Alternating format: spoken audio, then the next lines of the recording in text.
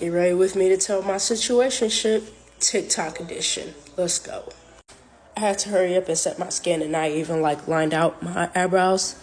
They're gonna be blended out, so no worries about all of that. So I started conversing with this guy that happened to be in my DMs way back in late October, early November. And he was just like, hey, I really like your workout videos. I like what you're all about. How's everything? I would like to get to know you. And so, of course, I reached back out to him. And I was like, I would like to get to know you too. You seem like a really cool person. We started clicking, just immediately with music genres, TV shows, fixations on about how we like to improve ourselves in our lives and everything like that. And then we later on exchanged phone numbers, and then boom, goes on into texting. So as we started conversing back in late October to kind of the start of November, it was pretty much just noble. At this point, I pretty much have just a neutral attachment to just not get attached to niggas immediately telling me a whole bunch of sweet enough things, because I ended up paying the price with that. And my past relationship that I was in basically last year, and I had to walk away from because the guy I was with was super controlling and very possessive and very insecure, and I didn't want no parts of that. So I just kind of played along with it and allowed him to just say what he said.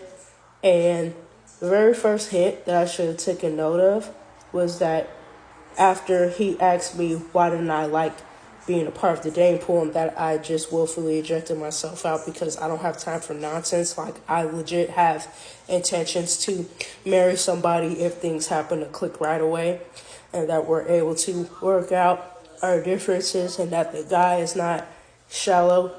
He mentions his ex, of course, saying that, oh, well, I was in a really toxic relationship with my ex, but, I moved on.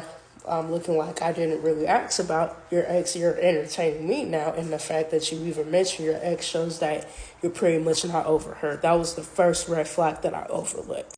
The second red flag in talking to this military guy, I forgot to mention he was in the military, but I'm not going to disclose which exact branch that he was a staff sergeant in, because it's going to cause a whole bunch of controversy, and I don't want to air him out or disrespect him that any further. I already have him blocked on TikTok, and I even deleted his number. Not that it makes a difference, but after he got done doing that, all of our conversations were pretty much just neutral, and he was persistent, which is what I pretty much liked and everything.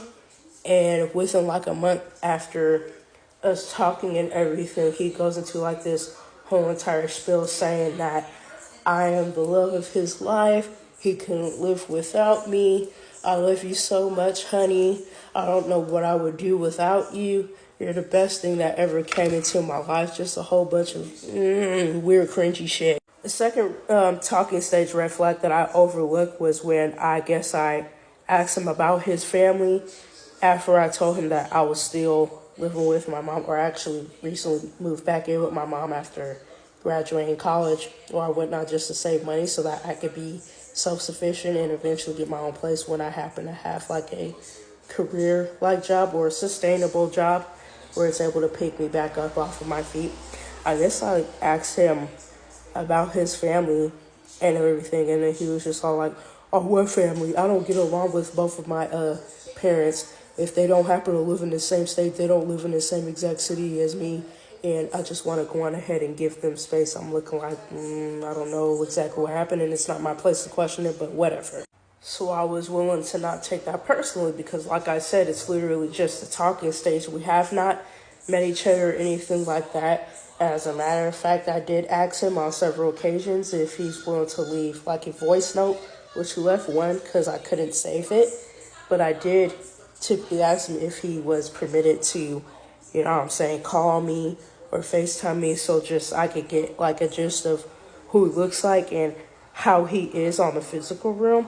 And there was always just a fucking excuse saying, oh, well, my commander doesn't permit us doing FaceTimes, which looking back, I knew for a fact it was a bunch of bullshit, because niggas that I know of personally that happen to be in the military use FaceTime all day to FaceTime their families, to FaceTime their girlfriends, or their wives or their fiancés, or even to get some meow meow Kit Kat. Even though I thought it was a little bit suspicious that he wouldn't see fit to FaceTime me on his free time or even on times where he was laying down in bed, I was just under the presumption that that was basically against like a policy on whatever type of barracks or station that he was managing. So I pretty much overlooked that. So we're pretty much neutral in our talking stage. He pretty much persistent, gives me words of encouragement, saying that I'm doing a good job in my livelihood and everything like that. And then the third or the fourth red flag that I kind of should have listed off was that he referred to me as his wife, and that he asked me for money within the first month and a half of us talking.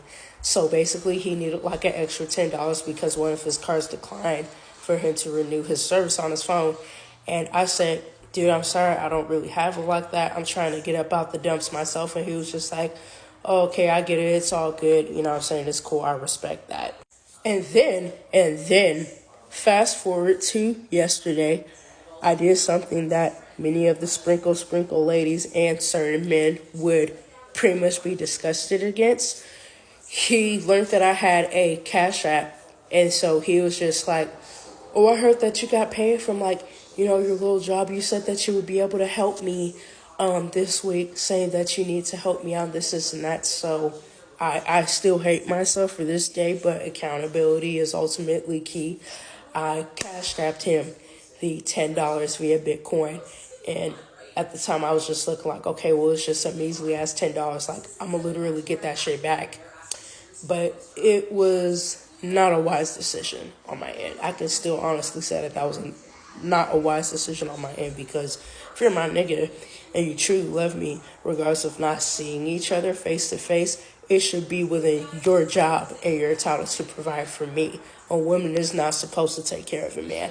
A man is supposed to take care of their women. That's what real ass men do.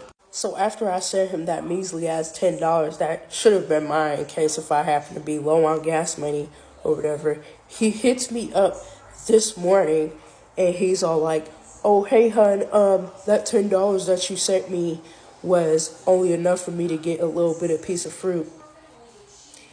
Now, mind you, this motherfucker was deployed in the Middle East, and I'm looking like, how the fuck are you asking me for money and you happen to be a staff sergeant, an E5 or an E6 that happens to make buku money, and you're not grateful with the amount that I went on ahead and sent you? So I was just looking like, okay, well, this is not going to happen. I basically told him that he should even be thankful that I've even sent him anything in general. And then he's just like, enjoy your day. And he literally says that. So I deleted his number. I blocked him on TikTok. And yeah, that's just the lesson that I wanted to show y'all today. Do not be a gullible, dumb idiot like me, even though you don't get action like that to send niggas money to have them talk to you, especially dudes in the military, because some of them will use you. And this is the finished makeup look.